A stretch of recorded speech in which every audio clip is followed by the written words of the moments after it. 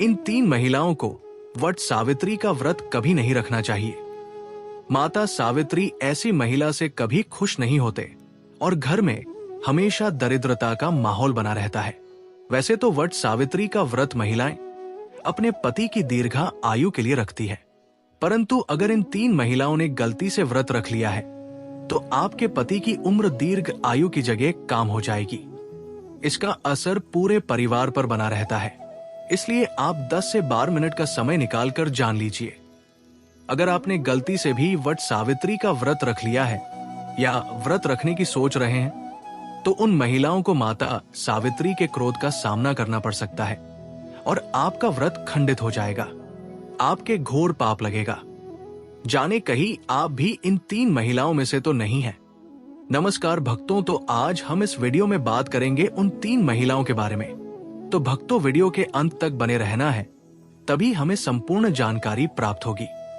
इससे पहले जान लेते हैं कि वट सावित्री इस महीने में किस तारीख को है।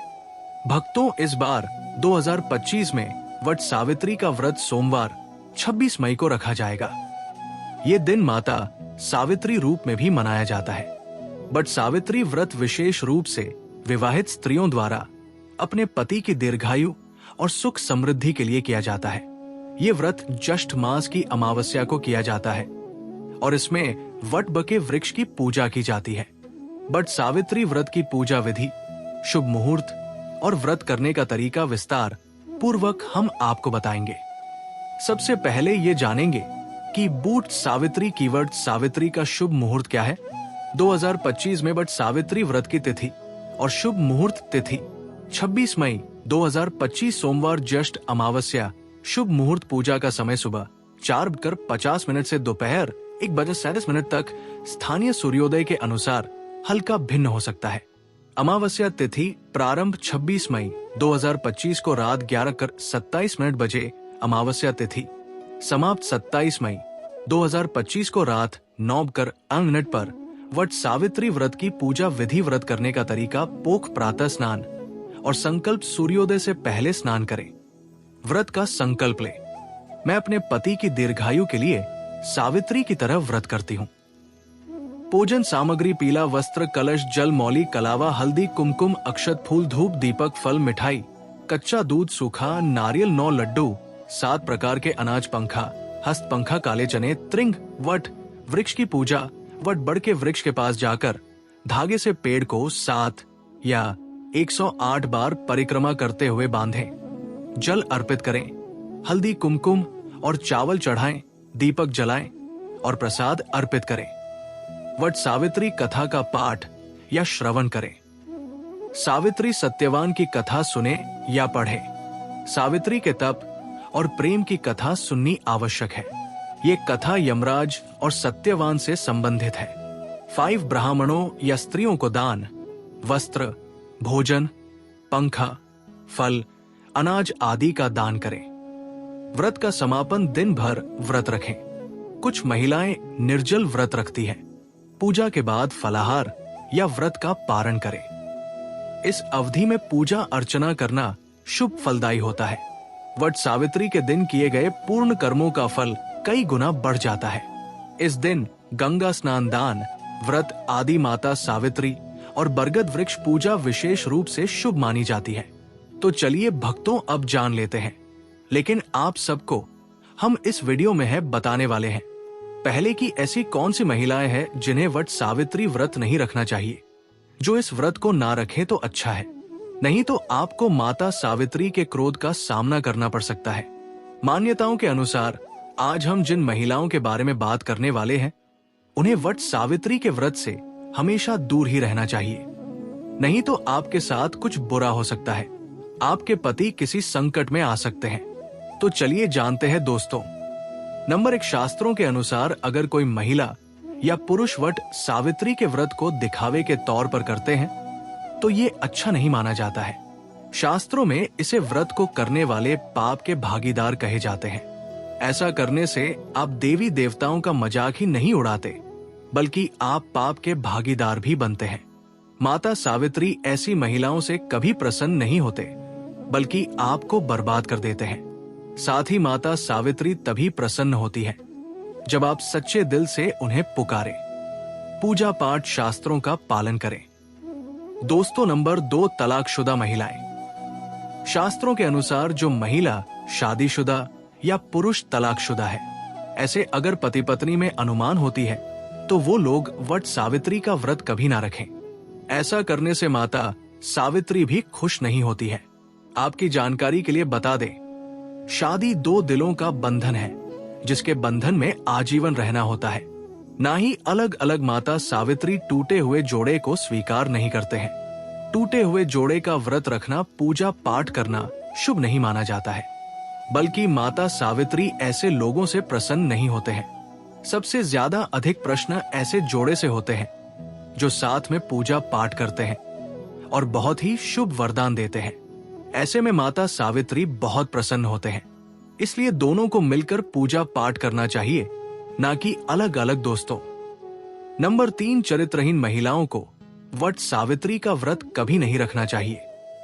और ये बात उन चरित्रहीन पुरुषों पर भी लागू होती है जो जगह जगह मुंह मारते हैं और अपनी पत्नियों को दुखी करते हैं। साथ ही जो अपनी पत्नियों से झूठ बोलते हैं, अपनी पत्नियों को बेवकूफ बनाते हैं और उन्हें कभी सच नहीं बताते हैं। और साथ ही दोस्तों, जो लोग अपनी पत्नियों के साथ गलत व्यवहार करते हैं, वो मिल ही नहीं बल्कि पाप के भागीदार भी कहलाते हैं। इसलिए आपकी पूजा कभी सफल नहीं हो सकती। ये व्रत आप कभी ना रखें। ऐसा व्रत रखने वाला मनुष्य पाप का भागीदार बन जाता है। वो भगवान को प्रसन्न तो नहीं कर पाता, बल्कि भगवान के क्रोध का सामना करना पड़ता है। इसलिए ऐसी महिलाएं या पुरुष इस व्रत को ना ही रखें तो अच्छा है। दोस्तों, नंबर 4, अगर आपको बार बार गाली देने की आदत है तो आप जितनी जल्दी हो सके इन आदत को छोड़ दें। अगर आप सावित्री माता को प्रसन्न करना चाहते हैं तो घर में लड़ाई झगड़ा छोड़ दें, क्योंकि जिस घर में लड़ाई झगड़ा होता है उसे घर में माता सावित्री कभी वास नहीं करती और ऐसे घर से माता लक्ष्मी हमेशा के लिए चली जाती है। और व्रत पूजा में पाठ में भी नहीं रहते तो जुबान से अधिक मीठा बोले और ज्यादा से ज्यादा कड़वे बोल ना बोले। इससे माता सरस्वती का अपमान होता है और आप पाप के भागीदार भी बन जाते हैं। दोस्तों, नंबर 5, अगर आपको कोई गहरी बीमारी है तो आप वट सावित्री के व्रत को ना रखें। जैसे उदाहरण के तौर पर आप शुगर की बीमारी, दिल की बीमारी, हार्ट अटैक, शरीर में कमजोरी होना, चक्कर आना, बीपी का बढ़ जाना, शरीर में दर्द होना, तो आप ये व्रत कभी ना रखें, नहीं तो आपके साथ कुछ बुरा हो सकता है। इसलिए सावधान रहें। नंबर 1, सावित्री का व्रत एक पवित्र और धार्मिक उपवास है जिसे माता सावित्री उपासना के लिए रखा जाता है। ये व्रत पुरुषों और महिलाओं दोनों के लिए शुभ माना जाता है, लेकिन कुछ महिलाओं को ये व्रत रखने से परहेज करना चाहिए। इसके पीछे धार्मिक, चिकित्सीय और पारंपरिक कारण हो सकते हैं। इस लेख में हम विस्तार से समझेंगे कि किन महिलाओं को वट सावित्री का व्रत नहीं रखना चाहिए और इसके पीछे के कारण क्या है। नंबर 6, गर्भवती महिलाओं को वट सावित्री का व्रत नहीं रखना चाहिए, क्योंकि इस व्रत के दौरान भोजन और जल का अत्यधिक संयम किया जाता है, जिससे शरीर में ऊर्जा की कमी हो सकती है। गर्भावस्था के दौरान महिलाओं को उचित पोषण की आवश्यकता होती है और उपवास करने से कमजोरी, चक्कर आना या अन्य स्वास्थ्य समस्याएं हो सकती है। जैसे कि कई महिलाओं को व्रत के दौरान कुछ प्रॉब्लम होने लगती है। गर्भावस्था में व्रत से होने वाली समस्याएं, शरीर में पोषण की कमी, कमजोरी और चक्कर आना, गर्भस्थ शिशु के विकास पर असर, एसिडिटी और अपच की समस्या, रक्तचाप में उतार चढ़ाव। यदि कोई गर्भवती महिला व्रत रखना चाहती है तो उसे डॉक्टर से सलाह लेनी चाहिए और हल्का फलाहार ग्रहण करना चाहिए। नंबर 7, स्तनपान कराने वाली माताएं। जो महिलाएं अपने शिशु को स्तनपान करा रही हैं, उन्हें वैशाख पूर्णिमा का व्रत नहीं रखना चाहिए, क्योंकि उनके शरीर को अतिरिक्त पोषण की आवश्यकता होती है। उपवास करने से दूध उत्पादन पर असर पड़ सकता है, जिससे शिशु को उचित पोषण नहीं मिल पाएगा।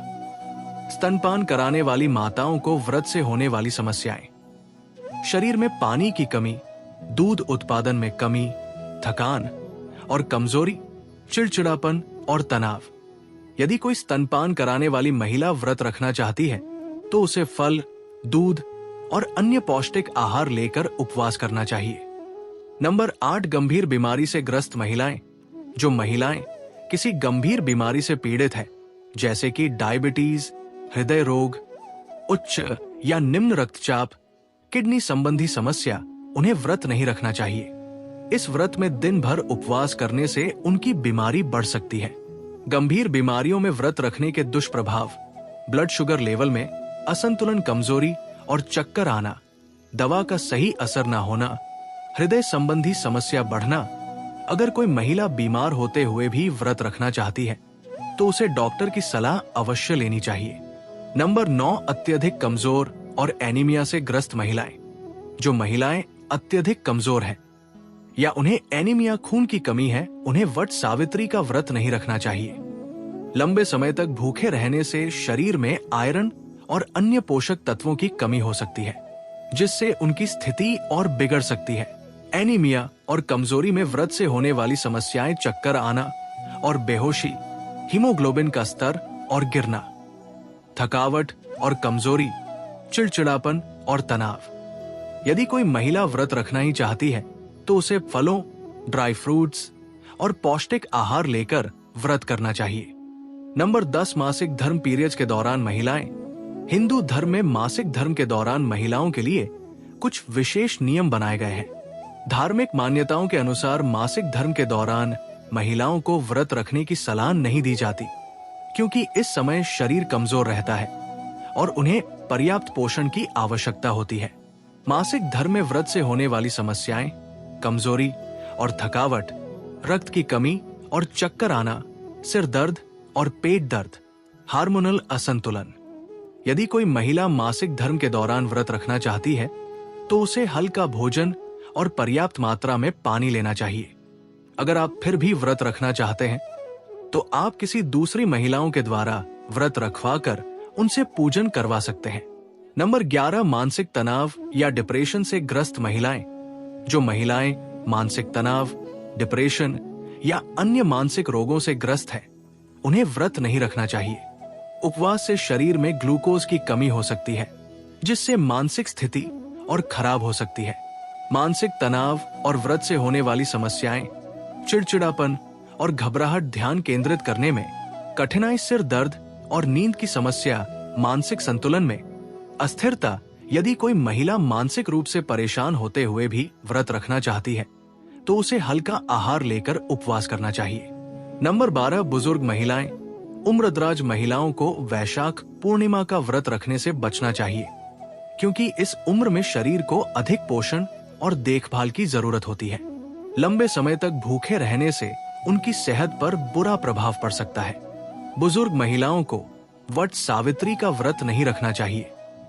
बुजुर्ग महिलाओं के लिए व्रत के दुष्प्रभाव: जोड़ों का दर्द बढ़ना, थकान और चक्कर आना, पाचन तंत्र कमजोर होना, ब्लड प्रेशर में उतार चढ़ाव। यदि बुजुर्ग महिलाएं व्रत रखना चाहती हैं तो उन्हें फल, दूध और हल्का आहार लेकर उपवास करना। चाहे वट सावित्री का व्रत एक धार्मिक अनुष्ठान है, लेकिन इसे रखने से पहले अपनी सेहत का ध्यान रखना जरूरी है। गर्भवती महिलाएं, स्तनपान कराने वाली माताएं, गंभीर बीमारियों से पीड़ित महिलाएं, मासिक धर्म के दौरान महिलाएं, अत्यधिक श्रम करने वाली महिलाएं और बुजुर्ग महिलाओं को व्रत से बचना चाहिए। यदि कोई महिला व्रत रखना चाहती है तो उसे हल्का आहार और तरल पदार्थ लेकर व्रत करना चाहिए, ताकि उसकी सेहत पर कोई नकारात्मक प्रभाव ना पड़े। भक्तों, नंबर 13, कुंवारी लड़कियों को भी वट सावित्री का व्रत नहीं रखना चाहिए। भक्तों, चलिए मैं आपको अब एक वट सावित्री से जुड़ा आपको एक ऐसा उपाय बता देता हूं।